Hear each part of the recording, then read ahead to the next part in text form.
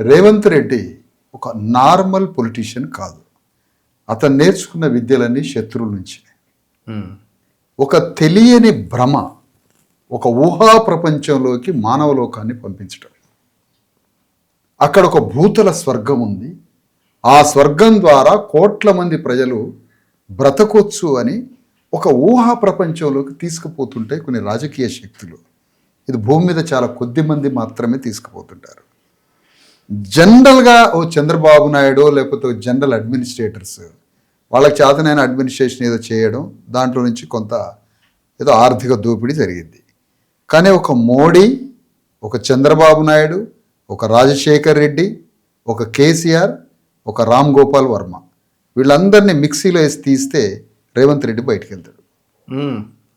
రేవంత్ రెడ్డి నేర్చుకున్నది మొత్తం కేసీఆర్ మాంత్రిక తాంత్రిక మానసిక ప్రపంచం ఒకటి ఉంటుంది కేసీఆర్కి. దాన్ని చాలా మైక్రో లెవెల్లో తను స్టడీ చేసిండు. Religion politics, cultural politics, development పేరు మీద జరిగే దోపిడీ, భూమి మీద జరిగే దోపిడీ,